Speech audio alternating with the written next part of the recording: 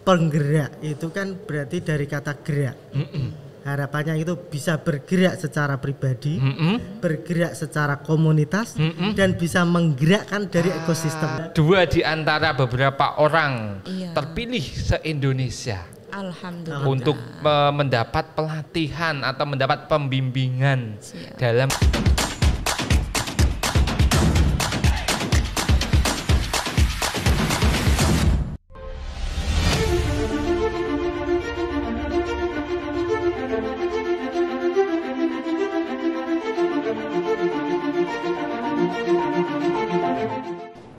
Halo teman-teman, saya Ahmad Sobiron, calon guru penggerak angkatan keempat dari SMK Tunas Harapan Pati. Stop. Hah? Pak. Ada apa, Bu? Pak ini dengar enggak? Hah? Kenapa? Dengar enggak tadi bilangnya apa? Nggak ada yang keliru kan? Lihat temanya dong. Oh iya, ini kita pakai mic, pakai headphone. Sekarang kita di TH Podcast ya. Saya tuh sudah cantik pakai ini loh Pak. Kok bilangnya guru penggerak itu Sudah saya keren-keren ya tadi. Oke. Prepare-nya sudah. Kita ulangi lagi. Kita ulangi lagi. Oke ya, siap. Sabar Pak Heri, sabar. Ada waktunya. Halo, assalamualaikum warahmatullahi wabarakatuh. Kembali bersama saya Ahmad Sobiron di TH Podcast. Hari ini ya. Itu ya betul ya. Alhamdulillah. Ya, Sobat TH, hari ini kita kedatangan tamu yang luar biasa.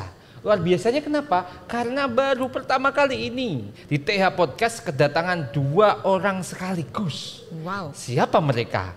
Mereka ternyata Bapak Ibu guru calon guru penggerak.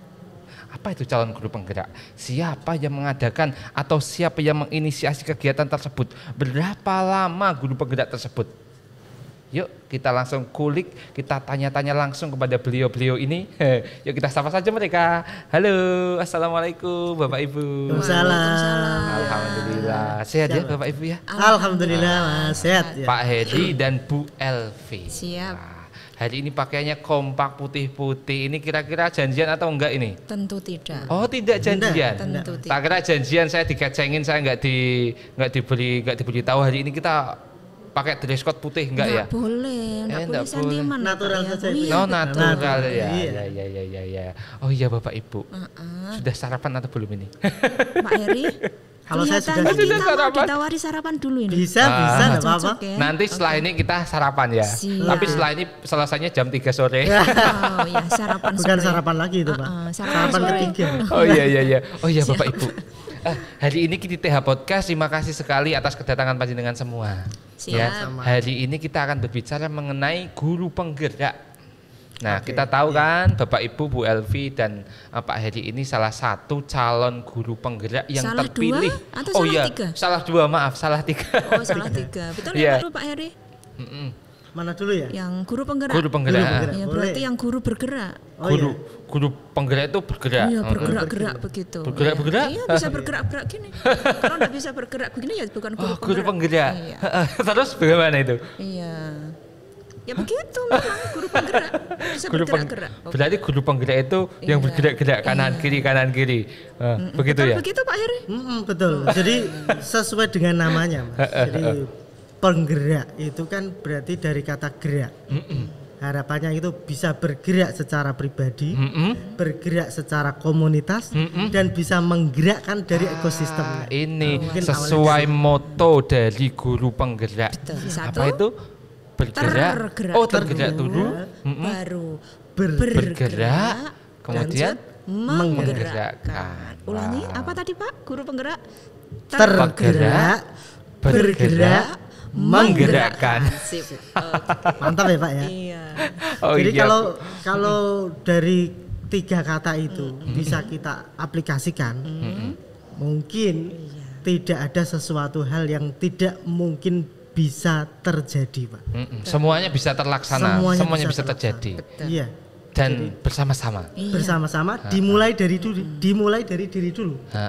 Ya, itu kemudian tergerak dulu untuk mau berubah, ya kan?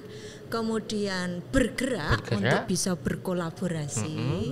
Kemudian menggerakkan, mengubah komunitas luas sehingga bisa Sama-sama kita bareng-bareng Bergerak bersama. agar bisa mewujudkan sesuatu. Terutama ada perubahan yang signifikan kan gitu. untuk Kayak merubah. judul lagu sesuatu. Oh gitu ya. Ikat Lagunya Syahrini. itu lagunya Inul Daratista. Syahrini ya. Syahrini. Bukan Darbay siapa itu ya? Oh, bukan. Lagunya gimana Pak? Darbay itu? Oh, enggak tahu. Kita bukan pencinta musik, Oh, gitu. kita pecinta pasangan kita masing-masing. Alhamdulillah, terima kasih luar biasa sama Oh iya, seperti baik, suami Bu. saya. Bu Elvi dulu ya mungkin ya. Siap. Guru penggerak ini kan pelatihan ya. Berapa pendampingan pelatihan berapa lama, Bu? Iya, kalau pelatihannya dari pemerintah itu dijadwalkan sekitar 9 bulan. 9 bulan. Pemerintah maksudnya siapa? Ya, ini itu kan program yang diinisiasi oleh Kementerian Pusat kita ya Pak ya, oleh Mas Nadiem, oleh Mas Menteri kita. Kemudian itu langsung ngeling di SIM PKB. Oh, SIM begitu, PKB. ya. Berarti peserta yang harus mau mengikuti program ini harus masuk SIM PKB terlebih dahulu itu. Terdaftar dulu di situ. Karena itu ya memang tujuannya kan untuk guru ya Pak. Untuk Jadi guru. guru yang sudah terdaftar di SIM PKB. Jadi tidak semua guru itu bisa masuk di situ. Ada batasannya ya berapa tahun begitu ya harus bisa untuk bisa mendaftar itu harus berapa tahun di SIM PKB atau mengajar begitu? Minimal kalau sudah punya SIM PKB Bisa daftar. bisa daftar. Yang penting Sudah masuk terdaftar. dulu di SIM PKB. Nah, syarat-syarat untuk SIM PKB kan mestinya ada juga toh. Nah, tetapi minimal sudah terdaftar Atau dulu, 5 tahun harus minimal 5 tahun dulu ya? Bisa jadi mungkin. Bisa jadi 5 tahun. Berarti kita memang 5 tahun terdaftar di SIM PKB minimal baru bisa mendaftarkan di guru penggerak ini. Betul, iya. Berapa tadi 9 bulan ya? Seleksinya Pelatihan. bagaimana? Mudah atau susah ya? Kalau saya dulu kan memang basic saya eksak ya Pak. Jadi kalau untuk seleksinya itu menurut saya versi saya itu ya memang sulit. Karena kebanyakan di situ kan pertama adalah seleksi tes ya. Tesnya Tes ya. Tes di Isai itu ya. Menulis isai. Isai ya? Nah itu bagi saya, iya. saya itu suatu momok tersendiri itu harus iya. menyelesaikan isai yang begitu banyaknya dengan jumlah karakter karakter itu ya yang dibatasi. Dibatasi. Nah, kalau saya enggak banyak kata-kata itu kan ya suatu Ya. kesulitan tersendiri gitu ya, kelemahan tersendiri. Pak Hadi eksak merasa susah apa mengalami kesulitan dalam membuat isai itu ya. Tapi Kalau- alhamdulillah bisa bisa ya, selesai lah sebisa saya gitu ya. Bu Elvi yang guru bahasa Inggris pastinya lebih mudah dong. Gitu. Belum tentu juga. Oh, belum Pak. tentu juga. Kalau saya itu ya susah-susah gampang ya Pak ya. Gitu ya. Susahnya mungkin ya itu tadi karena memang harus mengalahkan dari beberapa kandidat kan mau tidak mau harus Oh, menampilkan ada saingannya berarti tidak semua lolos berarti. Jangan salah, banyak juga yang berminat dan itu pun yang bersyukurnya kita ya Pak Heri ya, Iya. karena yang bisa masuk di seleksi itu tidak semua kota, jadi ada kota-kota tertentu di mana baru bisa mendaftar, jadi tidak serentak satu Indonesia itu enggak. Ada kuotanya juga ya. Betul. Tiap angkatan tentunya. Tiap ya. angkatan. tiap angkatan beda. Bapak Ibu, Pak Heri, Pak Bu Elvi masuk angkatan ke berapa? Alhamdulillah kita masuk keempat ya Keempat. Pak. Masuk Pati, angkatan keempat. Kabupaten Pati, Jawa Tengah itu masuk angkatan keempat. Oh, Dan itu iya. ternyata antusiasnya juga banyak. luar gitu ya. biasa ya. Iya. Dan sekarang sampai Pendaftarnya pada ya. episode angkatan ke 6. Iya, betul. Kemarin seleksi Kelima. angkatan 5 baru saja selesai untuk tahap 1. Tahap satu. Ini baru mau masuk ke Dibuka untuk angkatan ke-6. Iya. Di angkatan ke-4 sendiri dulu seleksinya berapa orang Bu yang mendaftar seluruh Indonesia? Kalau tidak salah berapa Pak Heri? Berapa ya? 4.000. 40 ribuan. 40.000 orang. 40.000 orang. Iya, Wow. betul. Seluruh Indonesia. Seluruh, bukan seluruh Pak, beberapa kota yang ditunjuk yang untuk ditunjuk di itu. angkatan keempat itu. Iya. Terus yang lolos seleksi Seleksi pertama sekitar 10 ribuan. 10.000. Terus kemudian kan harus seleksi lagi Pak. Seleksi. Tahap Yang wawancara kedua, itu ya. Tahap kedua itu micro teaching dulu, micro harus teaching. mengirimkan RPP. Kemudian nanti baru micro teaching. Selanjutnya wawancara. Nah ini yang mungkin porsinya paling besar saya yakin ya Pak. Ya. Porsinya paling besar di wawancara Iya, itu. mungkin loh ya menurut saya itu. Kok porsinya besar maksudnya bagaimana ini? Atau nilainya paling besar begitu mungkin? Kalau menurut saya karena kan namanya micro teaching dilihat oleh dua asesor yang kita tidak kenal, kemudian kelihatannya itu kan kayak sesuatu yang wow, harus prepare banget gitu loh Pak. prepare banget, kita harus benar-benar siap raga, harus prima sehat gitu kan, terutama mental kita harus benar-benar sehat untuk menghadapi dua asesor. Belum lagi nanti wawancaranya juga, kalau nanti belibet bisa repot. Karena itu ternyata memang wawancara itu tidak hanya sekedar menyampaikan atau apa ya, pedagogis kita sebagai guru enggak, tapi ternyata dari sisi psikologi juga itu. Menggali dari sisi psikologis juga ya. Dan itu mungkin lebih banyak pertanyaan tentang itu. Jadi potensi diri itu yang menurut saya mungkin yang lebih banyak digali di situ. Kira-kira apa? Berarti seleksinya tadi yang pertama adalah membuat esai, kemudian yang kedua itu micro teaching plus wawancara. Ini yang lolos 8.000 orang. Dari 40.000 itu kemudian diseleksi menjadi 10.000. Kemudian menjadi lolos 8 CGP. Baru CGP ya? Betul, calon guru penggerak. Belum Waktu agar bisa menjadi guru penggerak itu berapa lama? 9 bulan. Itu pun jika lolos. Berarti calon guru penggerak ini masih calon, belum final ya. Ini masih seleksi selama 9 bulan. Kayak bayi saja ya, lahir 9 bulan. Tak ralat Pak Heri, tidak boleh berbangga dulu. Kita masih proses gitu ya. Ya bersyukur dulu aja karena masih masuk seleksi gitu ya.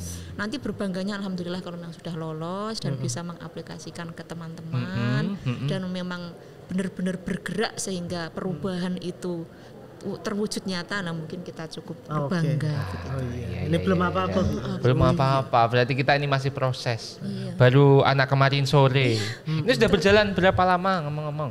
3 bulan Bu ya? Kurang lebih 3 bulan. Berarti masih kurang lebih 6 bulan lagi. Masih panjang.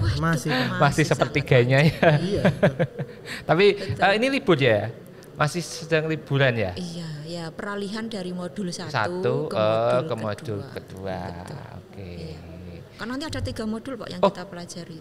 Berarti ada 3 modul ya. Ya rata-rata satu modulnya ya 3 bulan tadi itu ya. Dan satu modul itu ada sub modul banyak. 4. Ada 4 modul. Berarti ada 3 modul. Per modul itu ada 4 subbab lagi, submodul ya. Betul, di dalam 4 itu masih ada sekitar berapa? 10 sampai 12-an kegiatan. Dan itu setiap hari ya? Hampir setiap hari Pak. Hampir setiap hari.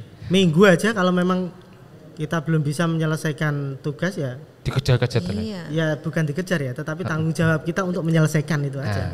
Dan ada jadwalnya juga Pak. Pertanyaannya, Bapak Ibu, Bu Elvi dan Pak Heri seneng enggak mengikuti kegiatan ini? Ya kalau saya pribadi ya Pak, karena memang saya secara berkala itu ngecek SIM PKB tadi ya, karena kan saya tahunya juga dari situ ada hal baru, kayaknya kan sesuatu yang unik gini ya, penasaran gitu kan. Kadang kan dari awal penasaran itu sehingga muncul sesuatu yang apa sih gitu. Nah terus dari situ kalau sudah penasaran itu kan pengen mengulik lebih dalam gitu ya Pak ya.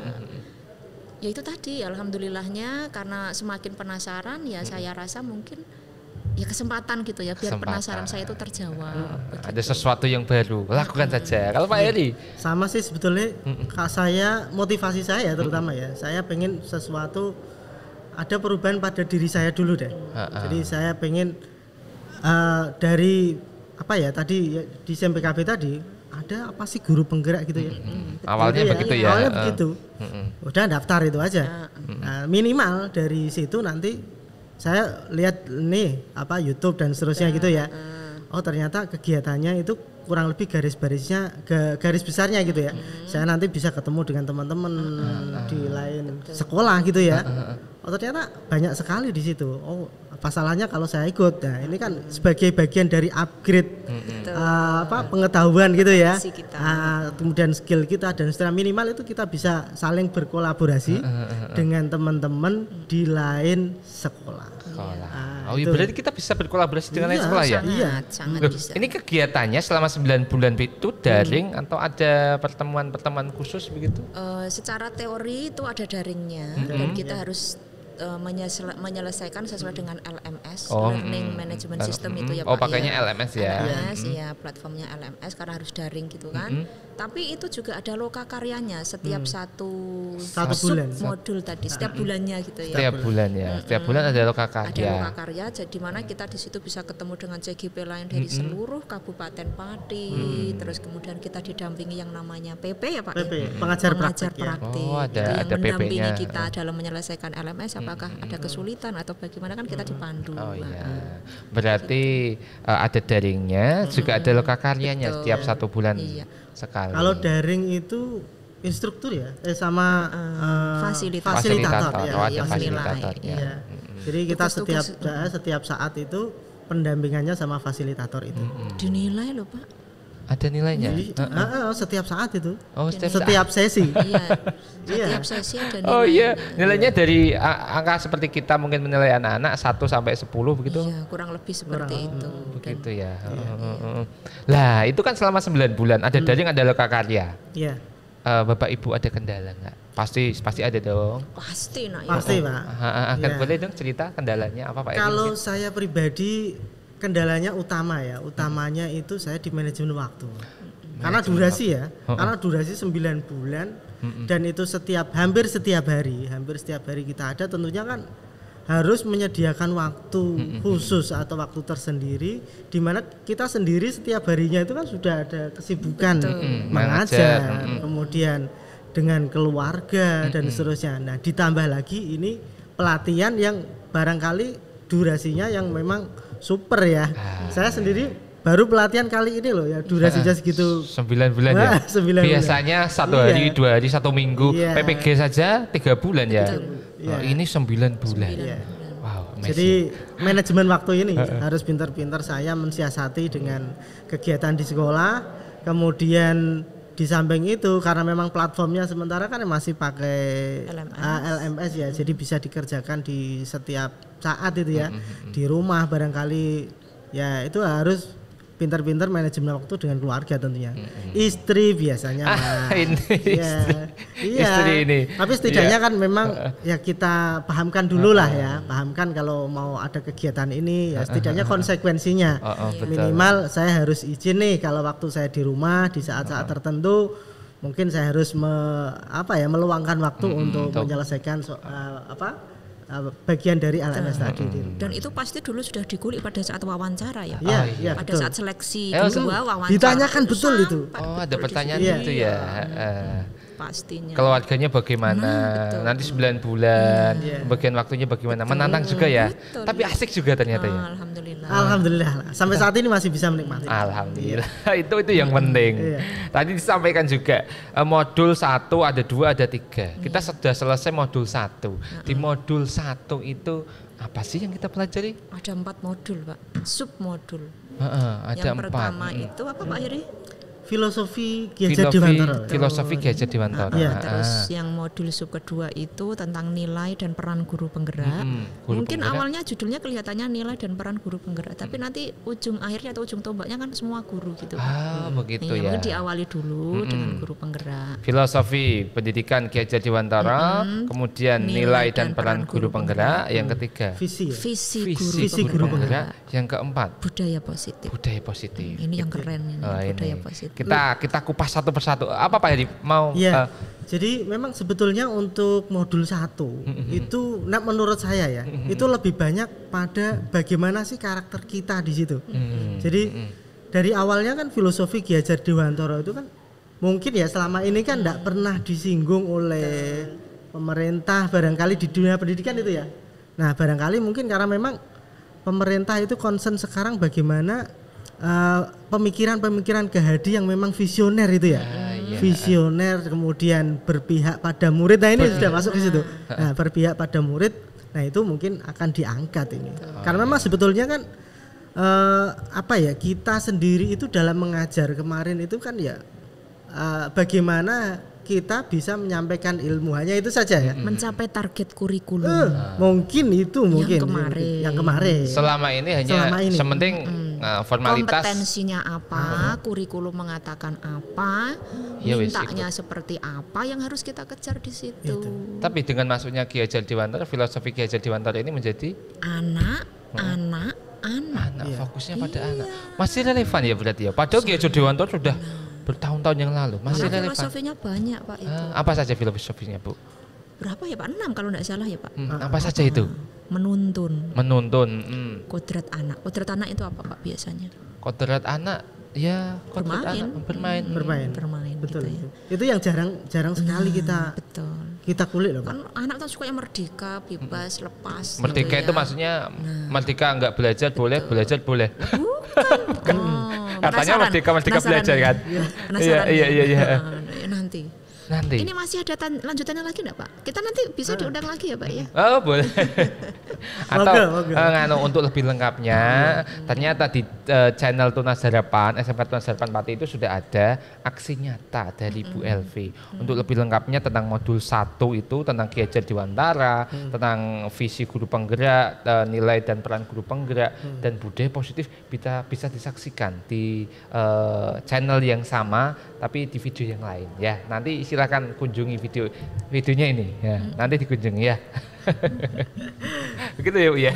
Berarti tidak perlu saya sampaikan di sini, biar penasaran gitu. Biar penasaran saja. Seperti saya dulu awal mengikuti guru penggerak penasaran gitu. Yang penting kalau Ki Hajar Dewantara itu berpihak pada murid. Yang penting merdeka belajar. Anak-anak merdeka dalam belajar. Bukan merdeka aku belajar boleh, enggak belajar boleh. Enggak ya. Harus kita sesuaikan. Tetapi minimal pola pikir kita itu harus disesuaikan dengan kondisi anak. Kodrat alam dan kodrat zaman. Nah, itu poin pentingnya mungkin di situ. Boleh dong biar nggak penasaran, biar nanti lebih lengkapnya memang di video yang lain. Tapi kodrat alam dan kodrat zaman itu maksudnya gimana? Kodrat alam. Kodrat alam itu kan anak dilahirkan itu kan sudah punya kodrat sendiri gitu. Secara alamiah anak itu punya potensinya sendiri, punya kelebihan dan kekurangannya sendiri gitu. Kalau mendengar kata kelebihan itu yang harus dipoles atau justru yang harus dihilangkan? Ya dipoles dong.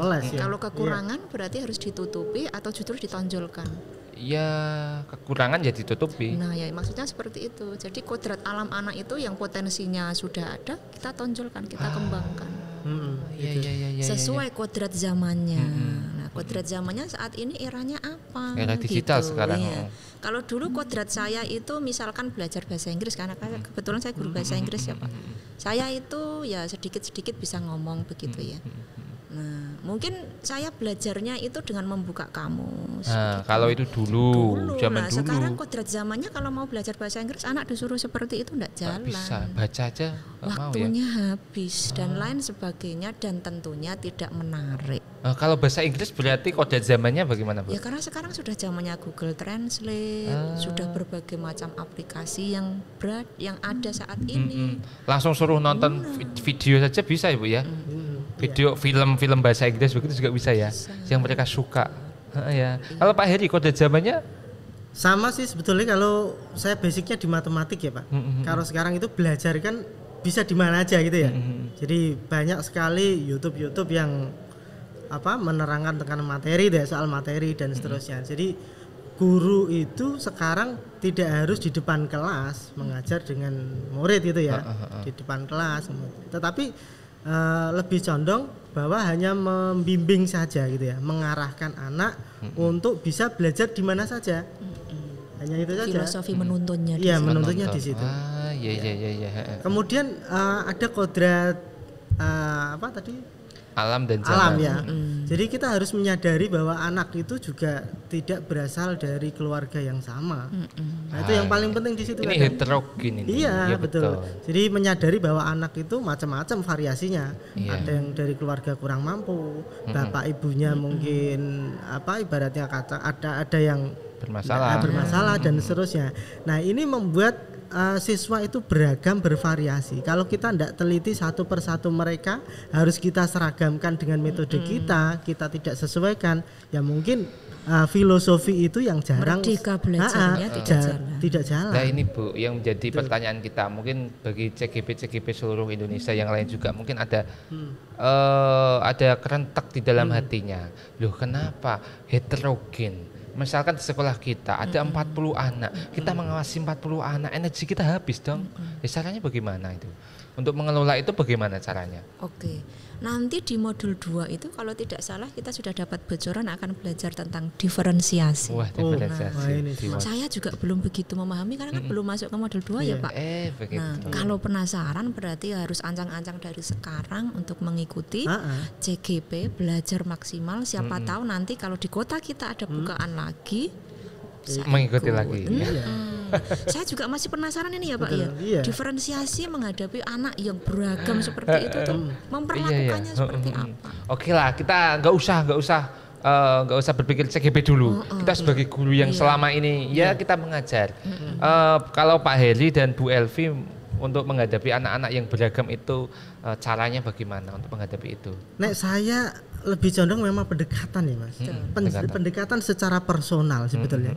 Ya kita upayanya kita harus tahu sih anak si A ini rumahnya di mana, keluarganya bagaimana gitu ya. Kemudian latar belakang ekonominya bagaimana. Sehingga nanti kita filosofi menuntun tadi kita bisa menuntun siswa itu berkembang sesuai dengan potensinya. Nggak harus diseragamkan. Mereka unik kok sebetulnya itu ya. Jadi mereka unik, bisa berkembang sesuai dengan keadaannya masing-masing. Tidak harus disamakan. Dan termasuk dalam pemberian tugas. Betul. Pemberian tugas kita tidak bisa samakan ya. Betul. Bisa kita bedakan, ada anak yang suka buat video, ada yang suka nulis, ada yang suka nyontoh temennya. Nah, itu potensinya kan gitu ya. Masuk potensi nyontoh. Itu yang harus kita arahkan. Sebetulnya nyontoh itu kan baik ya. Dia punya kreativitas. Baik, dia kreativitas. Hanya perlu kita poles, kita arahkan gitu ya. Jadi jangan setiap sesuatu itu dilihat adalah sesuatu hal yang salah. Iya, betul. Dan kita tidak boleh menyalahkan ya. Itu poinnya. Ada anak terlambat saja nggak boleh kita, Mas ngopok wes salah, telat weh. Itu haram, nggak boleh. Haram hukumnya ini. Kita nggak boleh menghukum ya. Iya. Oh ini masuknya ke budaya positif. Betul. Itu ada restitusinya. Oh ada restitusi. Apa itu restitusi? Biar semakin penasaran. Itu materinya di sini. Mungkin BLV di videonya mungkin sudah ada ya aksi nyata. Kita juga membuat aksi nyata ya. Iya, wajib. Aksi nyata modul 1 itu adalah apa Bu? Aksi nyatanya ya 4 tadi Pak. Setiap submodul kan harus memberikan aksi nyata. Aksi nyata. Demonstrasi dan juga aksi nyata. Aksi nyata. Betul. Demonstrasi kontekstual itu demonstrasi kontekstual ya namanya. Betul. Kok saya tahu ya? Ternyata saya juga CGP. Ternyata. Sudah sarapan sudah.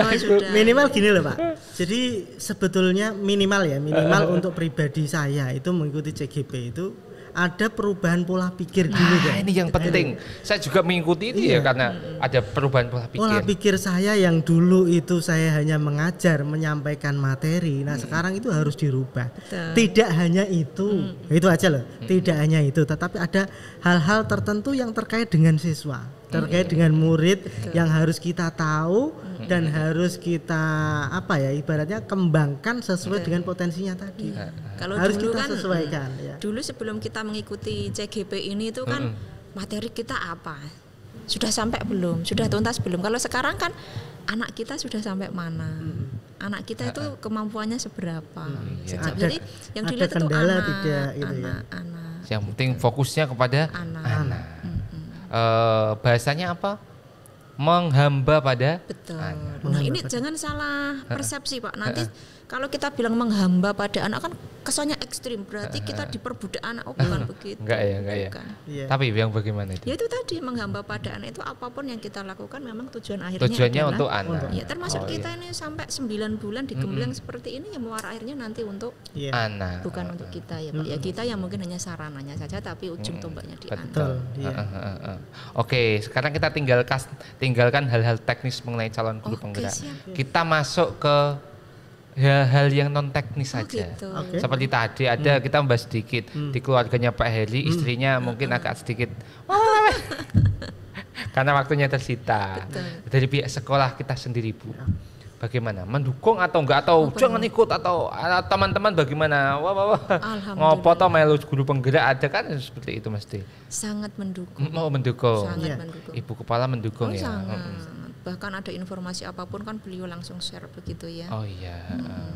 Dan waktu seingat saya itu di loka pertama ya, apa loka 0 ya? Harus ada didampingi. Nah, loka 0 itu Loka juga ibu kepala sekolah atau yang mewakili itu ya, itu diundang juga di sana, Diundang. menyamakan persepsi antara CGP dengan sekolah.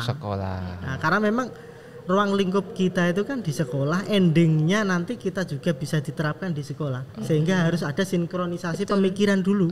Ini Ya. iya. Ada sinkronisasi dari sekolah, kemudian termasuk apa sih harapan guru gitu ya, harapan guru terhadap siswa dan seterusnya. Nah, disamakan dengan visi sekolah. disamakan Biar dengan lurus visi ya, sekolah. biar sama Iya. ya. Biar nggak berjalan sendiri-sendiri. Sekolah kepinginnya anak-anak itu punya skill, tapi kita kepinginnya anak-anak ya yang penting gitu aja, nggak nyambung. Ya harus kita selaraskan. Dari teman-teman sendiri Bu, Pak, bagaimana? Mendukung atau enggak? Wah, sangat luar biasa sekali. Jadi apapun kegiatan kita, kemudian kekurangan kita, misalnya seperti itu, dalam hal kurang lebih misalnya dalam penyampaian teknologi misalnya ya, ada tugas dan seterusnya, itu teman-teman saya sangat membantu sekali. Saya menyadari memang saya kan cara ibaratnya ke teknologinya ya, kaitannya dengan LMS, kemudian membuat desain-desain untuk tugas itu ya. Dan itu teman-teman kalau saya mintai bantuan ya support sekali itu. Termasuk ada informasi apapun yang kita dapat gitu ya. Kemudian kita share ke mereka, mereka juga ya antusias gitu ya. Sebetulnya juga mereka juga pengen sih sebetulnya, hanya mungkin kemarin itu kesempatan yang beda kan gitu ya. Ya, kita ada 6 orang ya. Iya, dari sekolah kita. SMK Tunas Harapan Pati ada 6 orang. Pak Heri, Bu Elvi, ada lagi Pak Listiati, Bu Wahyuning, Pak Hendra. Satu lagi Pak Sobiro nih tentunya ya. Lupa lagi. Sudah sarapan? Karena saya ini kan di sini kan bertingkah atau bertindak sebagai pembawa acara, jadi yo etok-etok gak ngerti. Gitu ya. Gitu ya. Oh iya. Kalau Pak Sobiro sendiri ini ya. Itu yang mau saya tanyakan. Motivasinya apa sih sebetulnya? Pasti saya itu mengikuti guru penggerak itu motivasinya saya ingin mengubah, bukan mengubah ya, tapi betul mengubah paradigma pendidikan saya, membuka wawasan lagi. Saya kepengen memang sejak kecil itu cita-cita saya itu sebagai guru. Saya terinspirasi dari guru SD saya. Wah, ngajarnya empuk banget, suaranya lembut, gak pernah marah.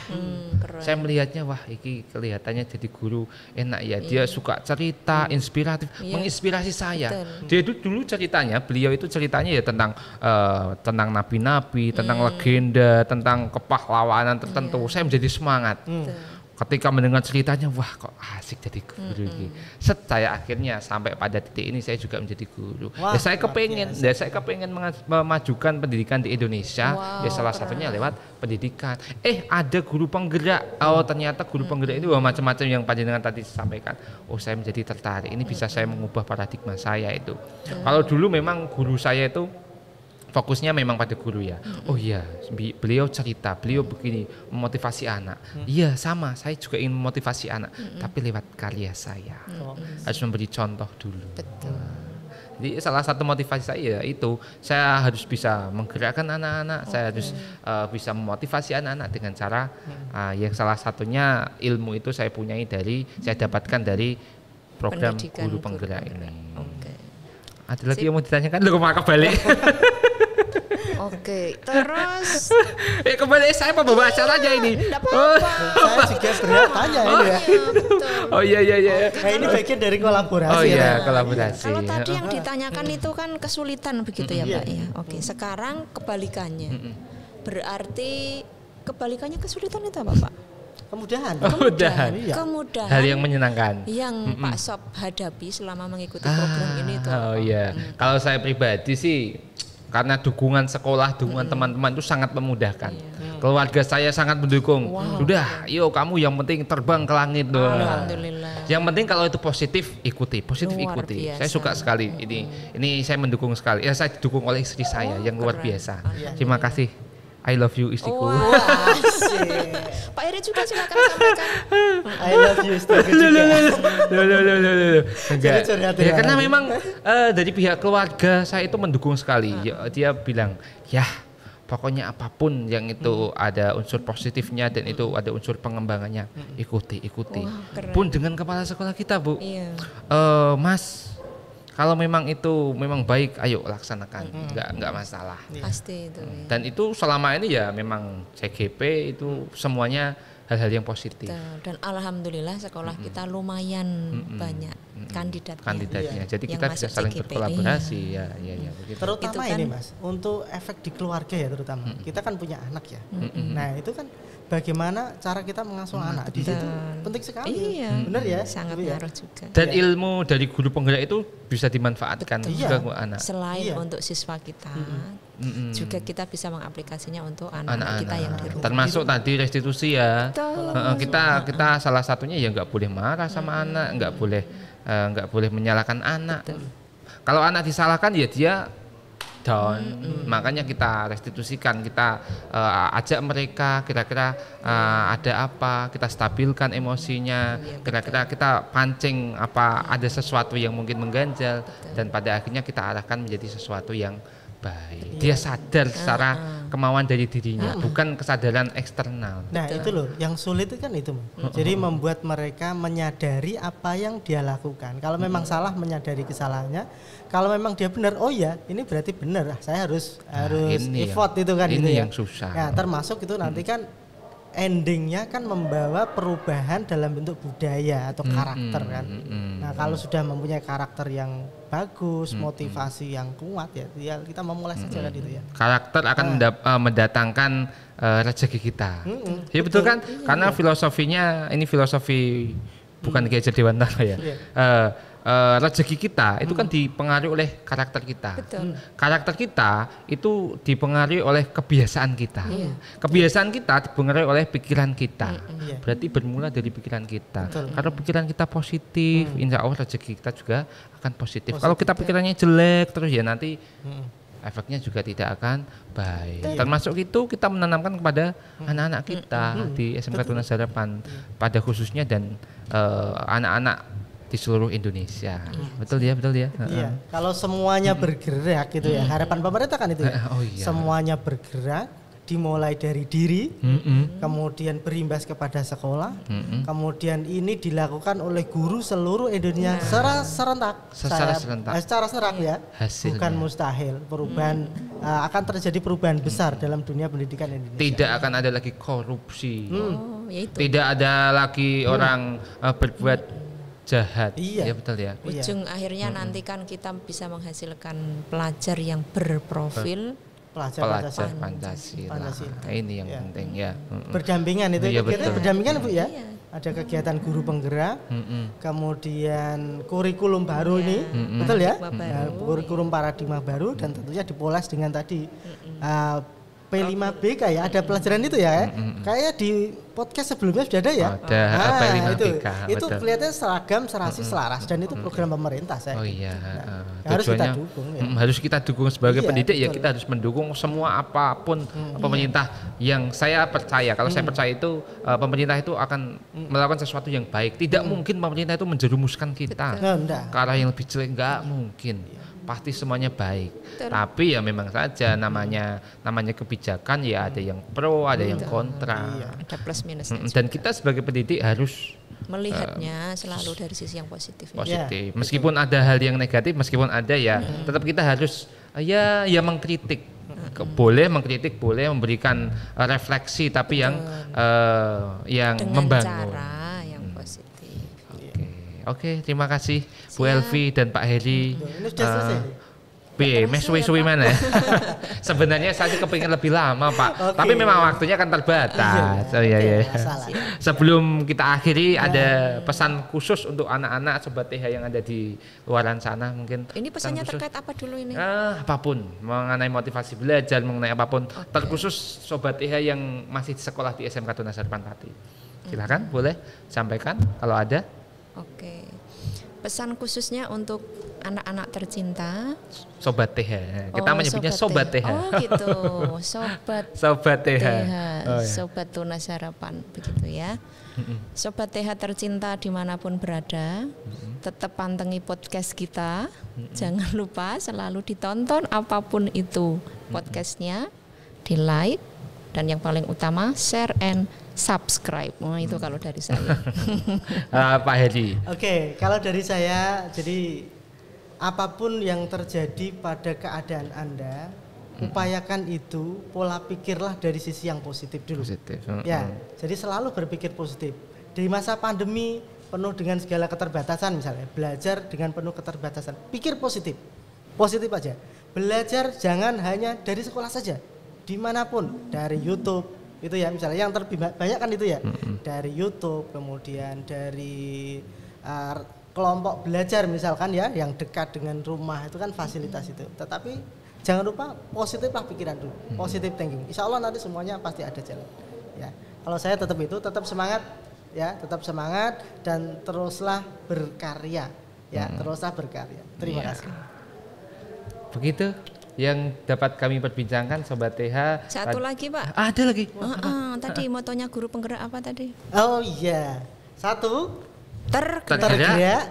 2 bergerak, 3 menggerakkan. Siapa? Siap, insya Allah. Bismillah. Siap Dengan dong. bersama-sama kolaborasi ya. Iya. Oke. Baik Sobat TH, demikian yang dapat kami perbincangkan. Semoga apa yang kami perbincangkan ini bermanfaat Amin. bagi kita Amin, semua amin, ya. amin, ya. Sampai jumpa di TH Podcast selanjutnya. Assalamualaikum warahmatullahi wabarakatuh. Dadah.